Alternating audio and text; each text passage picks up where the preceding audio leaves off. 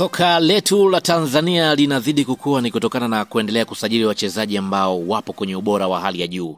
Tunafahamu kile ambacho kiliweza kujiri kwenye mechi ya Simba dhidi ya Al-Masry, huku golikipa Moussa Kamara akionyesha uwezo mkubwa kwenye dakika 90. Sasa jambo hilo limewaibua watu mbalimbali ama viongozi mbalimbali pamoja na mashabiki na kumpatia zawadi kwa kile ambacho ameweza kukionyesha kwenye mechi ile. Ni kama hivi ilikuwa ni siku nzuri kwa upande wa Moussa Kamara, lakini pia niweze kusema kwamba kabla sijakwenda kukupa taarifa ni nini hasa ambacho ameweza kukipata kwa upande wa Moussa Kamara, naweza tu kukwambia kwamba Moussa Kamara kwa siku ya naweza kusema kwamba kwa usiku wa jana aliweza kulala vizuri kutokana na kile ambacho aliweza kukionyesha kwenye mechi dhidi ya Al-Masry. Nikukumbushe tu kwamba hii hapa ni Swahili Media. Kama bado hujaweza kusubscribe basi nikuombe subscribe ili tuwe pamoja siku zote. Mimi naitwa Chicharito, karibu sana tuweze kuangazia taarifa hii kiundani zaidi, tuone nini hasa ambacho kiliweza kujiri katika kile kinachoweza kusema kuwa ni usiku wa ndoto kwa golikipa wa klabu ya Simba Moussa Kamara.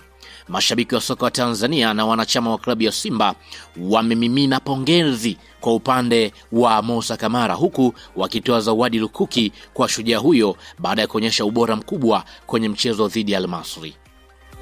Katika mchezo huo wa robo finali wa kombe la shirikisho CAF uliopigwa kwenye uwanja wa Benjamin William Mkapa, Moussa Kamara, golikipa huyu kutoka pale nchini Guinea, alikuwa mwiba kwa wachezaji wa Al-Masry. Akiwa langoni kwa dakika zote 90, kwa upande wa Moussa Kamara alikuwa michomo mingi ya hatari na kuonyesha utulivu wa hali ya juu, lakini kilichowafanya mashabiki kumpenda zaidi ni wakati wa mikwaju ya penalti, ambapo kwa upande wa Kamara aliweza kuokoa penalti 2 muhimu na kuipa Simba ushindi wa jumla ya penalti 4-1. Kutokana na ujasiri na ubora wake, mashabiki, wanachama na makundi mbalimbali na wapenzi wa klabu ya Simba walianza kampeni na kumpongeza Moussa Kamara na kumpa zawadi mbalimbali. Moja ya kikundi kilichojitokeza kwa kishindo hapo Mjengoni ni wekundu wa Mjengoni kutoka ndani ya Bungeni, ambapo waliweza kumpa Moussa Kamara kiasi cha shilingi milioni 50 pamoja na gari.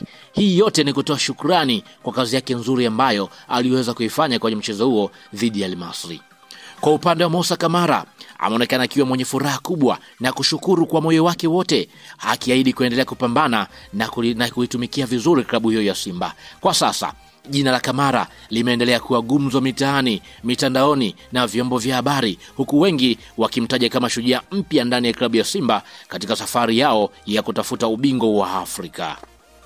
Naweza nikasema kwamba Moussa Kamara ni golikipa wa hatari kutokea ndani ya klabu hiyo kulingana na kile ambacho anaendelea kukionyesha. Unalipi la kumpa au unalipi la kumwambia au unalipi la kutoa maoni yako kwa upande wa Moussa Kamara kwa kile ambacho amekionyesha? Toa maoni yako nami nitapitia. Shukrani.